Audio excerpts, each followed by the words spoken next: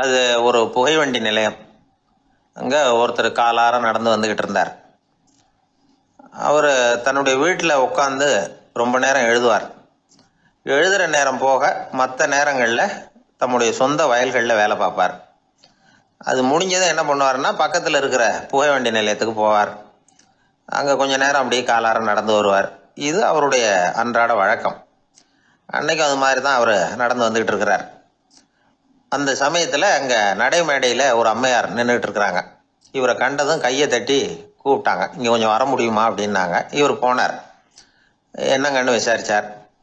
அந்த அம்மையார் விவரம் சொன்னார். ஐயா, நானும் என்னுடைய வீட்டுக்காரரும் இங்கே வந்தோம்.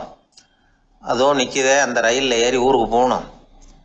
என்னுடைய வீட்டுக்காரரு அதுவும் அந்த உணவு விடுதிக்கு போயிருக்கார், இன்னும் வரல.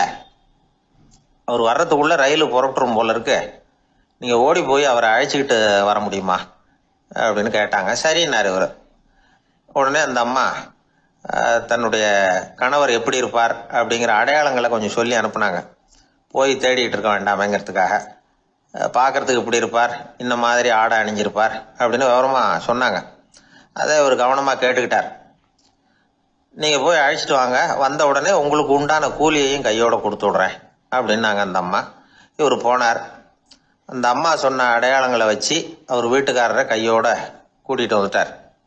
கொண்டுட்டு வந்து அந்த அம்மா கிட்ட ஒப்படைச்சார்.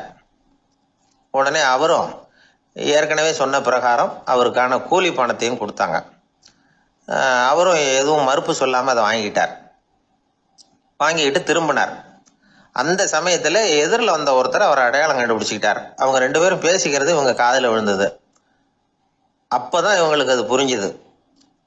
இவங்க கிட்ட கூலி வாங்கினவர் யாருன்னா, அவர் தான் பேரறிஞர் லியோ டால்ஸ்டாய் அப்படிங்கிறது புரிஞ்சுது அவங்க ரெண்டு பேரும் பேசிக்கிறத வச்சு.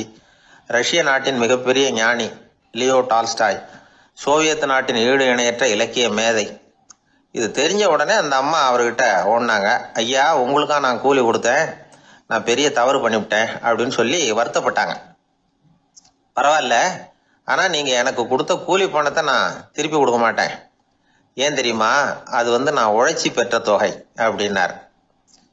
யாருக்குமே அதிக மகிழ்ச்சியை தரக்கூடிய பணம் எதுன்னு கேட்டால், அது அவங்க உழைப்புக்கு ஊதியமாக கிடைக்கிற பணம் தான். நமக்கு செல்வம் சேர்க்கறது பெருசு இல்லை, அந்த சேருகிற செல்வம் நமக்கு மகிழ்ச்சியை கொடுக்கணும். அதுக்கு என்ன வழின்னா, நாம் உழைத்து சம்பாதிக்கணும் அப்படிங்கிறத அதிலிருந்து புரிஞ்சுக்க வேண்டியது ரொம்ப அவசியம்.